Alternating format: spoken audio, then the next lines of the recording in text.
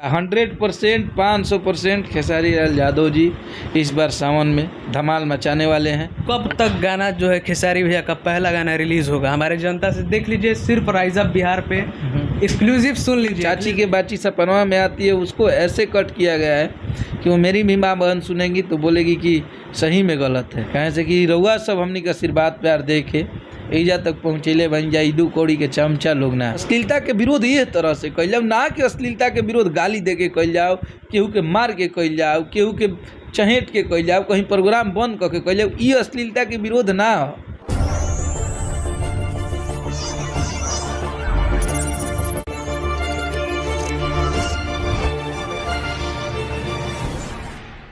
नमस्कार दोस्तों, मैं हूं प्रभाकर मिश्रा और आप लोग देख रहे हैं राइज अप बिहार। आज हमारे साथ फिर से जुड़ गए हैं हमारे बड़े भाई अखिलेश कश्यप जी। अखिलेश भैया, बहुत बहुत स्वागत है आपका। नमस्कार, प्रणाम बा। राइज अप बिहार हमारा भाई के चैनल प्रभाकर के आप सब बहुत आशीर्वाद प्यार दिए जा। हमारे भाई खूब भोजपुरी में मेहनत करत आने, बहुत आगे बढ़स और जे भी जुड़ल बा ये चैनल के माध्यम से सबके प्रणाम करत नहीं, गोड़ लागत नहीं। और अखिलेश भैया, अभी आपका आए दिन आपको जनता का जो प्यार है वो बहुत ही ज़्यादा मिलते रहता है। अभी आपका बंगलिनिया लिखा हुआ 81 मिलियन पार हो गया है और भतीजवा के मौसी जिंदाबाद कहना ही नहीं है, 301 मिलियन पार हो गया है। और अभी सावन का माहौल चल रहा है। आपका सावन का कब गाना आएगा? क्या तैयारी चल रहा है सावन गाने के लिए? सावन के हमनी के गाना बन रहल बा और सावन के मोट में ही गाना सबका खातिर हमनी के बना दिले बन जा, कुछ बाकी बा। तो सावन के गाना हमरा लागत है कि अगला महीना में 5-6 तारीख से रिलीज करेंगे। जैसे कि हमेशा लोगों का कहनाम है कि अखिलेश खेसारी का जोड़ी हमेशा हिट रहा है। अखिलेश खेसारी जोड़ी हमेशा जब भी आती है तो हिट रहती है। इस बार क्या ये जोड़ी देखने को मिलेगा सावन में कि नहीं मिलेगा? अरे आजीवन देखने को मिलेगा। सबके ये प्यार है कि हमनी के दोनों भाई के आप सब इतना आशीर्वाद प्यार दिला जा खेसारी भैया के। और सावन में बहुत तगड़ा तगड़ा प्रोजेक्ट बनीले बनी जा और उम्मीद बा कि आप सबके बहुत अच्छा लगी। हर तरह के गाना बनीले बन जा। 4-5 गाना खेसारी भैया के सावन हम गइले बनी। तो सब माई के कृपा बा और जनता के आशीर्वाद प्यार बा, जिसे हमेशा हमनी के हर गाना के यहाँ सब आशीर्वाद प्यार दी ले जा। तो बस अब आप सबके आशीर्वाद प्यार मिला था। हमनी के कलू जी खातिर बनल बा सावन, कलू जी के गवा गइल बा, खेसारी भैया के गवाइल बा, ओकर बाद अंकुश राजा भाई के, गुंजन भैया के, समर भैया के। उम्मीद करतनी और बाकी लोग जे अब हम कंपनी से काम करीला, हमनी के गाना बनावल काम है, गाना हमनी के बना दिले जा। अब कंपनी के जे डायरेक्टर बा, जे मैनेजर बा, वहाँ सब डिसाइड करी ले जा कि केकरा ले कौन गाना गवावे के बा। तो अच्छा, अब आज आपका एक गाना जो रिलीज़ हुआ है बहुत ही साफ़ सुथरा गाना है। आपके विरोधी हमेशा लगे रहते हैं कि आपको आए दिन किसी ना किसी विवाद में डालें जी, आज आपका बहुत ही ज़बरदस्त गाना जो है, साफ़ सुथरा गाना रिलीज़ हुआ है। क्या कहेंगे इस पर? हम ये कहब कि जे अश्लीलता के विरोध करता, जे हमेशा बोला था कि भोजपुरी से अश्लीलता मिटाव, तो हमार भाई हमारे बक्सर जिला के अरविंद अकेला कलू जी और हमनी के हमेशा कुछ अलग करी ले जा। कैसे कि हमनी के माटी के जुड़ल चीज़ के हमनी के आप सब अपना अंदाज में ले ले, चाहे वो साली जी सहारा करो एगो फोक चीज़ के 100 मिलियन व्यूज मिलल, बहुत बड़ा चीज़ बा। तो ये पब्लिक प्यार देवेला। लेकिन जे अश्लीलता के विरोध करता, हम उनका लिए ये कहल चाहब कि अश्लीलता के विरोध होके के चाहिए। हमनी के भोजपुरी में अश्लीलता बिल्कुल ना होके के चाहिए। लेकिन हाँ, नीमन गीत जे गावता, जौन कलाकार गावता, ओकरा के प्रोत्साहित करी जा आप सब, ओकरा गाना के प्रमोट करी जा आप सब, ताकि बाकी अन्य कलाकार भी जे अश्लील गावता उ देख के क्या रे भाई नीमन गीत के भी आशीर्वाद प्यार मिला था, तो काहे ना हम नीमन गीत गाई। तो अश्लीलता ऐसे खत्म हुई ना कि केहू के गाली देला से। आप तो खुद अश्लील बन जा रहे हैं। आप अश्लील 200 कोनो नयो लइकन के व्यूअर्स रहता ओकरा के डाल देता नहीं जे कि गाना अश्लील बा। ऐसा ना होके के चाहिए। बढ़िया गाना के प्रमोट करब जा तो अश्लील गावे वाला लोग खुदे दूर हो जी हैं। नीमन गीत जे भी भोजपुरी में गावता ओकरा के खूब प्रचार करी जा, खूब आगे बढ़ाई जा, खूब आशीर्वाद प्यार दी जा। लोग के लागे कि अरे यार अश्लील गाना के विरोध ऐसे हो रहा बा, सब कोई नीमन गावे लगी, सबके मिजाज बने लगी, सब कोई बढ़िया बढ़िया गाई। जब नीमन गाई तो लोग के काहे ना, हमनी के काहे ना लिखब जा। केकरा माने गलती करे के मन रहेला, चाहे जे भी अश्लील गावता वो जानबूझ के थोड़े कोई भी मजबूरी में गलती करता है, कोई जानबूझ के नहीं करता है। भाई वो जाना था कि हम अश्लील ना गाइब तो हमार रोजी रोटी ना चली, हमार पेट पलात चल जाई। तो नीमन गीत के प्रमोट करी जा, अच्छा गीत के प्रचार करी जा, अश्लील के उगैबे ना करी। तो अश्लीलता के विरोध ये तरह से कल जाओ ना कि अश्लीलता के विरोध गाली दे के कल जाओ, केहू के मार के कल जाओ, केहू के चहेट के कल जाओ, कहीं प्रोग्राम बंद करके कल जाओ। ये अश्लीलता के विरोध ना हो, नीमन गाना के प्रमोट करी जा, अश्लील गावे वाला लोग खुद दूर हो जाइए।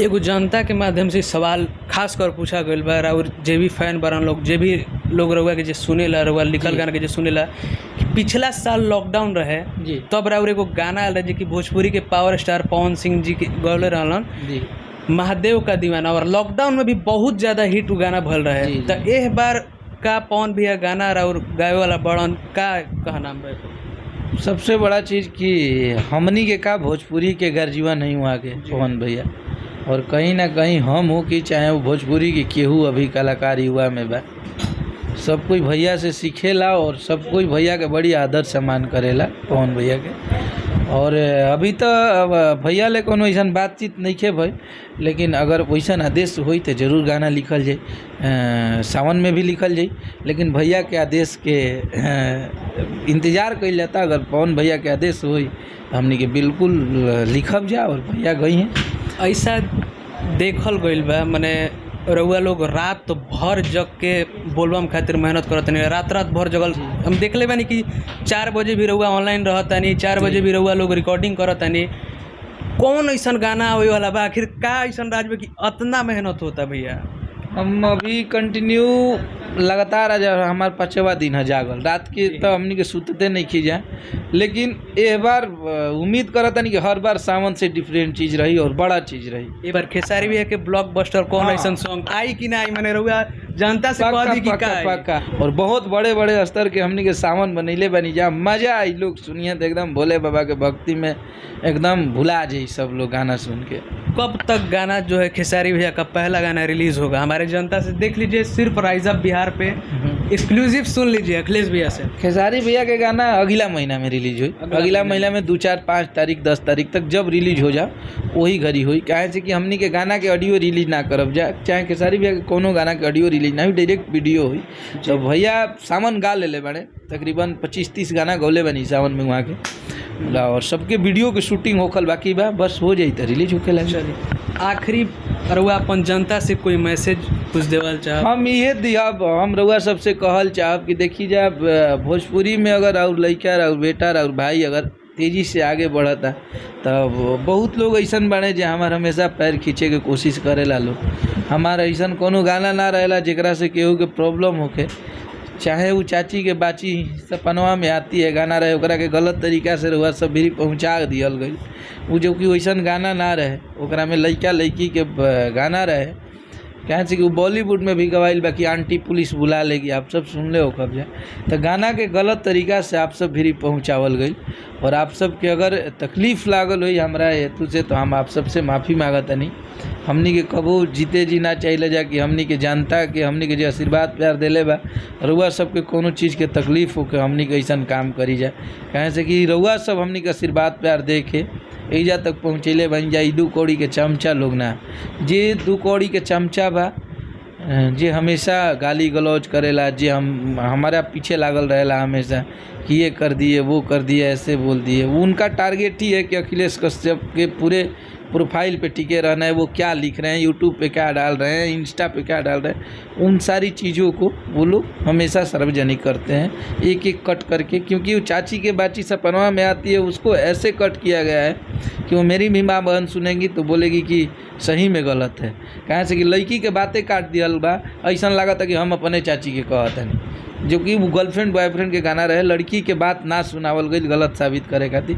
खैर उससे कोनो बात नहीं है, सब महादेव बने ईश्वर बने देखता नहीं। अगर हम गलती करब तो हमनी के आजकल कलयुग में प्रवेश कैले बानी जा भाई, जौन कर्म कमाई करब जा हमनी के यही ज़माना में भोग के जाए के बा। अगर हम गलत होंगे तो ये लोग उसी दिन नकार देंगे, उसी दिन हमारे गाने सुनना बंद कर देंगे। तो बस आप लोग पे भरोसा बा कि आप लोग के दरवाज़ा पर, आप लोग के दरबार में हमेशा इंसाफ भइल बा, और हम जानत नहीं कि आप सब एकरो इंसाफ करब जा, रउए सब पे छोड़ देले बानी जा। सब महादेव के कृपा बा। रउआ एक गाना की यूट्यूब से उतरवा भी देले बने। हाँ, हमार पब्लिक के बुरा ना लगे। हाँ, रउआ सबके जब गलत संदेश दिहल गई, गलत तरीका ले मोटिवेट कइल गई, तो हमरा ना लागल, कहाँ से कि रुआ सबके वैसन तरीका ले उ गाना के सुनावले गई रहे कि आप सबके सही में गलत लागल हुई, तो इससे हम गाना ही डिलीट करा देनी जाए कि आप सब से हमनी के बानी जाए। तो रउआ सब जब खुश रहब जा, रउआ सब मस्त रहब जा, हमनी के प्रोत्साहित करब जा, तो हमनी के ऐसे ही कई गो गाना लिखे के बा, एगो गाना ले कौन बने बिगड़े वाला बा। अच्छा गीत रउआ सबके सुनावली, कितना लोग गलत साबित करी हैं, हम निमने लिखबे करब, तू हमरा के गलत बनावत जा, कितना बनावत रह, तो उहे बा, सब महादेव की कृपा बा। चलिए ठीक बा भैया, बहुत बहुत धन्यवाद अपना कीमती समय दे रखे। थैंक यू भाई। राइज ऑफ बिहार इनका भाई के चैनल है, इनका के सब्सक्राइब करी जाए। जय हो।